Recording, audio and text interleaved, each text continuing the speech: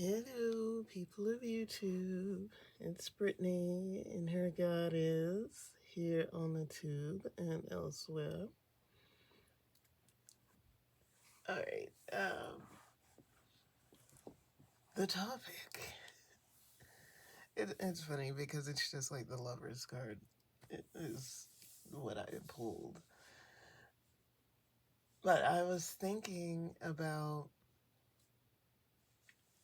how much in this experience is really tied up or people equate with money's abundance.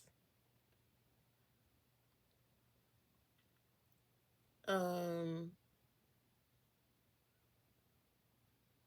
we don't like to say it.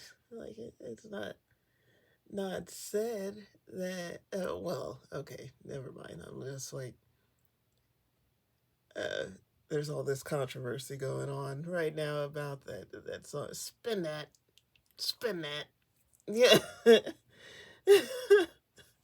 So, uh, okay, people do talk about money, but uh, I'll say from the other end, though, except for T.I., like T.I. had that song years ago. You can have whatever you like. And then the music video, the girl was working in fast food, and, and it's like this whole experience fantasy where like she on uh, private flights. He's changed her life. But it turns out she was daydreaming. It was a fantasy. T.I. didn't really take her up out of there. But anyway, the sentiment, the imagining. Ooh, another one that comes up right now comes to mind is 50 Shades of Grey. And Anna was not looking for a rich man. She was literally minding her business when her roommate asked her for a favor, asked her to do the interview with this rich man. And rich man happened to find her attractive and just wouldn't leave her alone for nothing. And through this experience, she also insisted on her job. Like she always insisted on having, like she wanted to work. It's just like, you really don't need to do that. But she's like, I really want to work. But isn't that, it's like the fantasy of being the person that gets with the wealthy person that's out there. But why isn't the story told from the other end? It's because people would think, they think of that person like on that side as a predator. Like, what are you doing looking for people that make significantly less money than you? What are you doing? You trying to take advantage of someone? You think you can buy a slave? Is that what it is? So I'm sitting here. Like, yeah, I think that's it. But,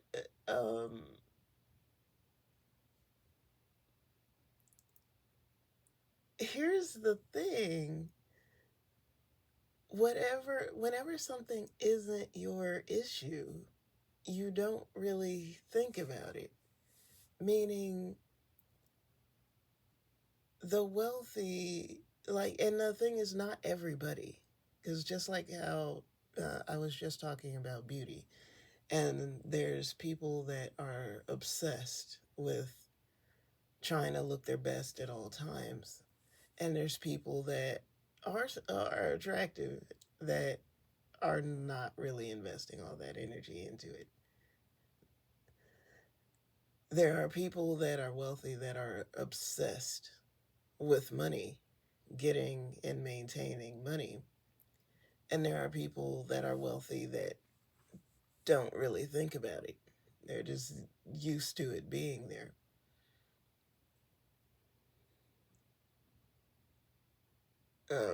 Same goes for attention, support. Some people that are used to having supportive friends or family that don't think nothing of it. When they need help, they ask for help. When they just want to chit chat, they just chit chat to the folks and they expect them to be there because they're used to it. And there are people that are obsessive about their aloneness, obsessive about trying to get people or maintain having people close by because they haven't had people. So it's it's different. I was going to I was going to say something shady on the talk, but the the thing is, like, you might not think it's visible where you stand, but it is to people that can recognize it. And I'm just like, no, I I have not spent a significant amount of time where, like, I really needed to make the efforts to procure funds. That doesn't mean I've never worked. I've had jobs. Like, I've worked. There's people that know that I've worked jobs. So it's not that.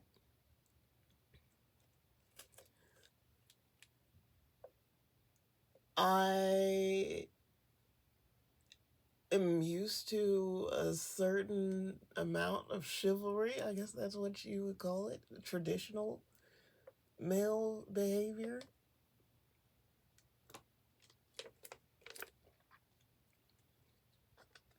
It's not about paying for my time, but it but it is. It's called, this is an offering at the altar. So it's not a thing. You look at old movies, then the guy comes with flowers and he picks her up in his car and he pays for the date. He hopes for a kiss. He doesn't expect a kiss unless he's a scallywag and then he's trying to attack her in the vehicle. That's a bad guy. That's a mean guy. But he shouldn't expect any affection. But if she's feeling happy and it seems like it's going somewhere, she gives him a smooch. And if she's a bad gal, she might do a little something else in the backseat.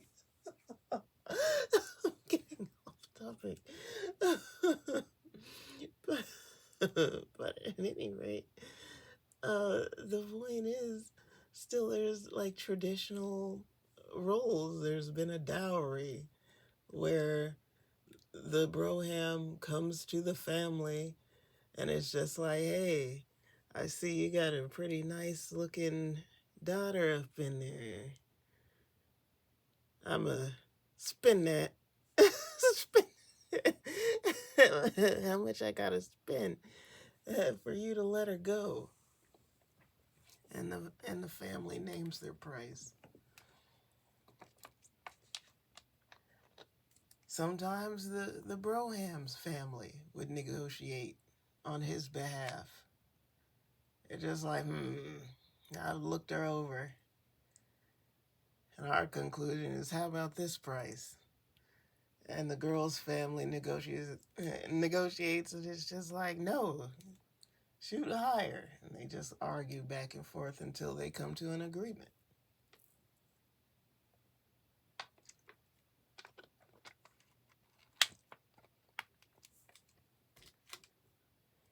So anyway, isn't this interesting? Interesting in these times that there is question marks, I believe, over people's minds of people's roles in courting.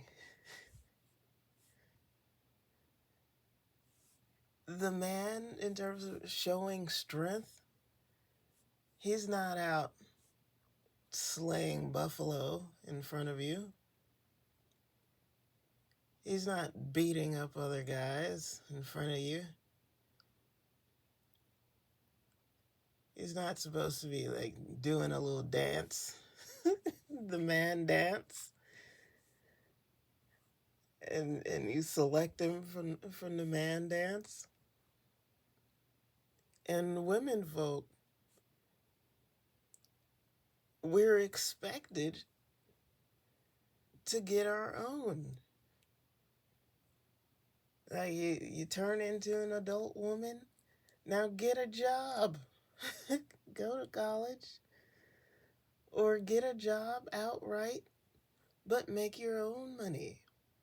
Don't wait for no man. Okay. So if you got your own, you got your own house, you got your own job, you do your own thing. You even got a little dog too. What's the dude supposed to do? Drop off some penis? That's what he's for? Okay, so what else do you expect in the intermediary? Like, is he not supposed to speak? What do you expect him to do with the penis? You expect him to care what you like? Do you expect him to please you with the penis or just bring it? Why should he care? And how much time is he going to have with you to figure out what the crap do you like? Or are you expected to also know what you like him to do? You've manipulated enough penis to tell him exactly what to do. So basically, he's a delivery guy.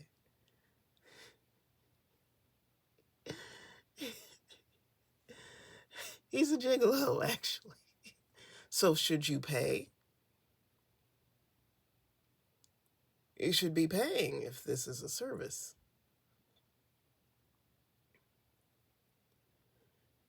So I'm just like, relationships or courting is unusual because we humans do want to connect. We do like to interact with one another. Do you have a preference for same-sex connections? Is it that the girls are supposed to talk to the girls and the guys are supposed to talk to the guys? You're just supposed to keep it in the family, like all just family members are who you talk to?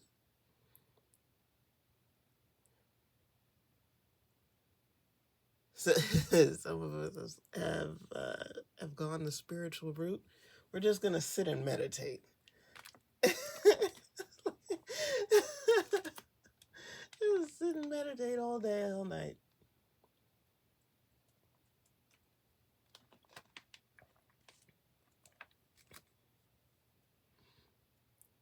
But at some point, I promise you, even if you're comfortable by yourself, or you spend a good amount of time by yourself, you do plenty of meditation, at some point, you're going to want to talk to other humans. At least one.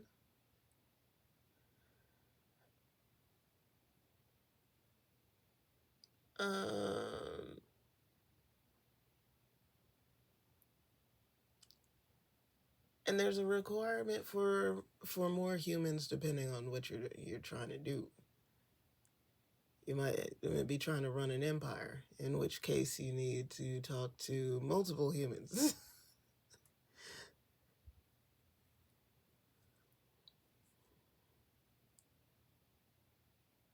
But anyway, the focus of this video, main thing, where I was going, was talking about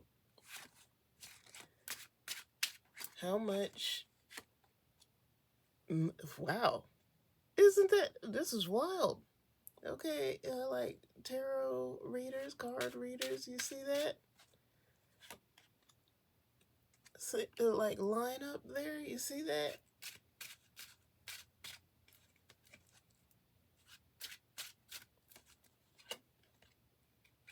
I could not orchestrate this.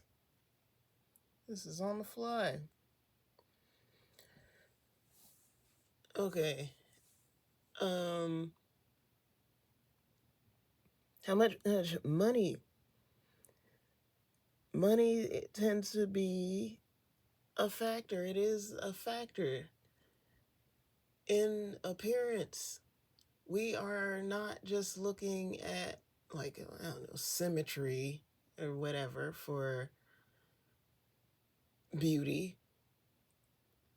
It's a sign of wealth. A lot of times, a lot of appearance is wealth. Cologne and perfume is like, smells like money.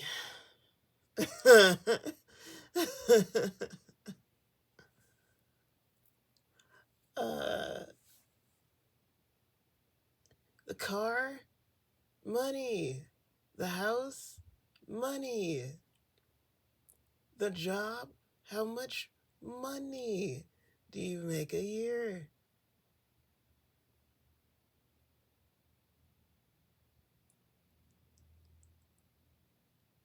And it's very obvious that humanity was trying to come up with a hierarchy that was, this is supposed to be fair. Like, oh, so if you come out like unattractive looking or whatever, then your money, you can balance it out. Your value can go up in dollars.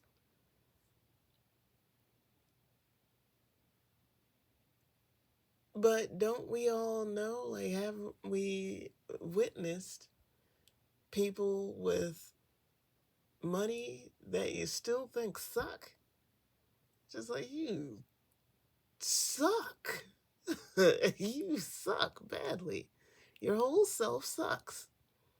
Your personality sucks. The side of you sucks. The things that you do sucks. You suck. But they got a lot of money.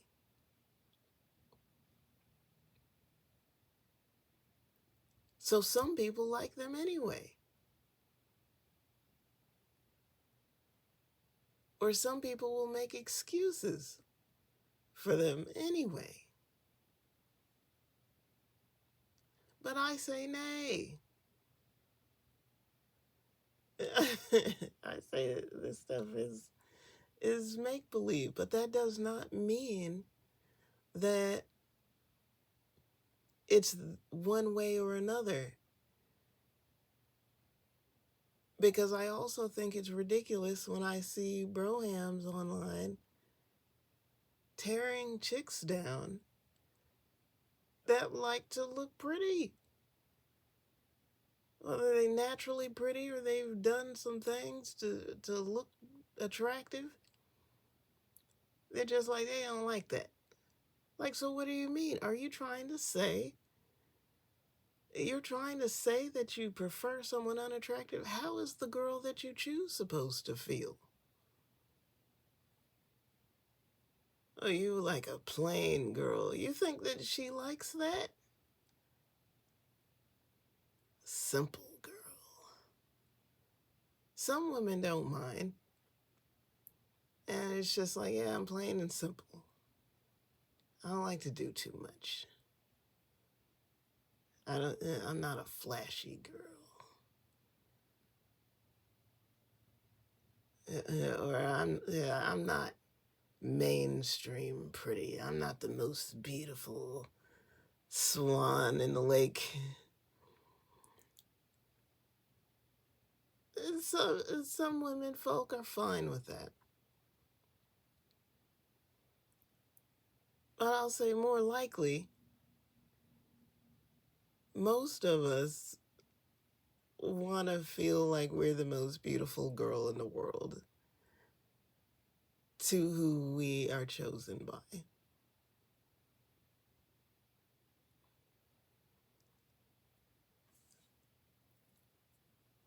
Brohams take it better, like, well, whatever. Like, look how I look. I hope that you like looking at me.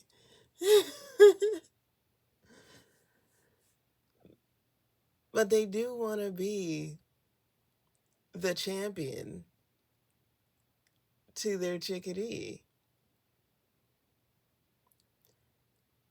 Are they aware that chickadees still look just like how guys look? It's like brohams look. They see.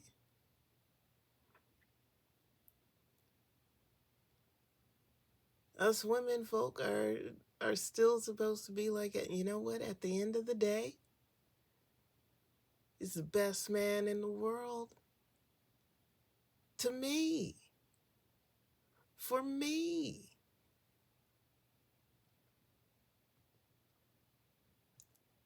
So that means that he really does have to have the opportunity to be that. That role has to be available. I'm thinking of that movie, Think Like a Man, Act Like a Lady, Think Like a Man. Taraji's character had everything together. Quote unquote, don't need a man for nothing. But she did. He made her feel safe. He created safe space where she could chill out. If she wants to be uptight, that's on her. But he's creating space for her to not be uptight in.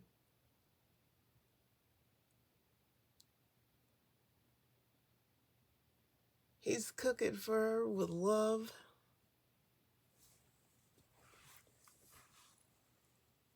Not because she don't have no food,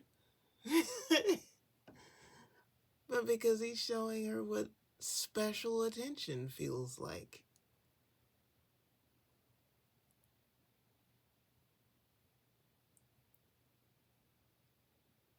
So I think that in these times, we all have to think about the role that a special person plays for us. And it is specific for you, but there's also some generalizations.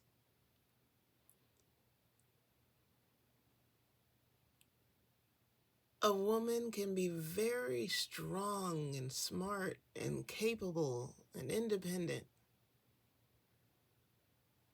but there's some part of her that still feels like a damsel. It could be emotionally, it could be strategically. She needs somebody to bounce ideas off of that isn't trying to stab her in the back in corporate. It could be romantically, like he show her some things that she ain't never witnessed before. It could be financially. It could be that he's strong. He's stronger than her. He could pick her up and and run with her.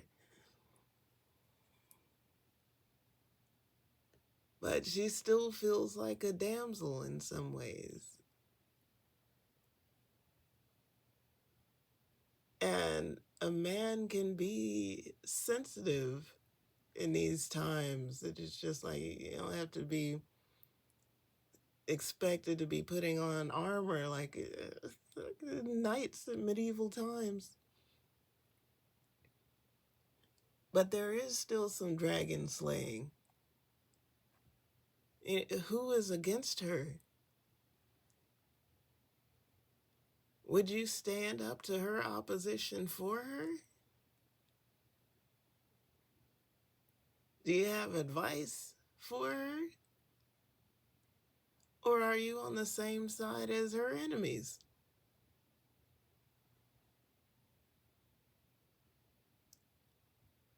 Where are you strong where she is weak? Where can you provide what she doesn't have? Because there's something.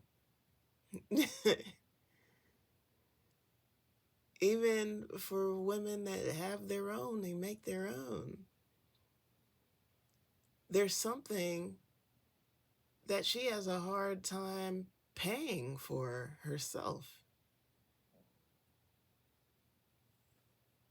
Either she don't think she's worth it, or she thinks it's frivolous. She feels silly wanting that. Buy it for her.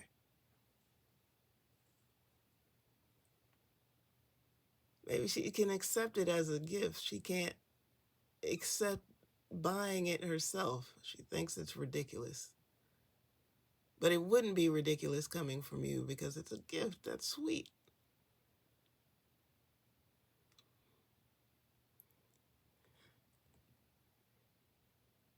So, yeah, point in all this. Where am I going? Some things have changed with the times. Some things have not. A lot has to do with money, but money has turned into kind of a cover-up for what we're really looking at. We're looking at the health of a person. Attractiveness is an indicator of like, who are they to you? Just remember also, like, for humanity, like we're not trying to end up hooking up with a relative. you want to recognize them, but not too close.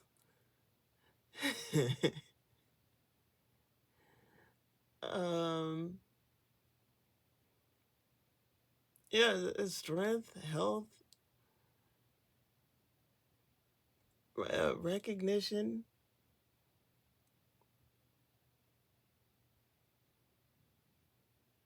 compatibility.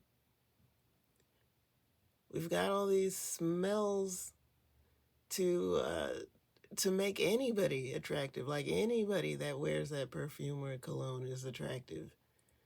And anybody that knows, like, if you wear scents, then you know that different body chemistry will affect the end result.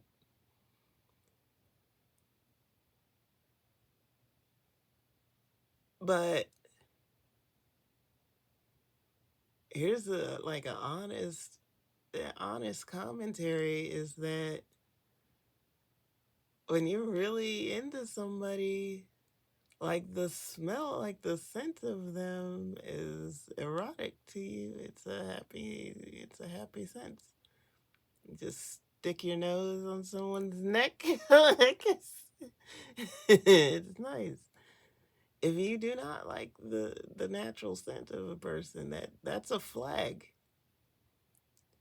This is not about funk. It's like I don't mean funk. I'm not talking about funk or freshness.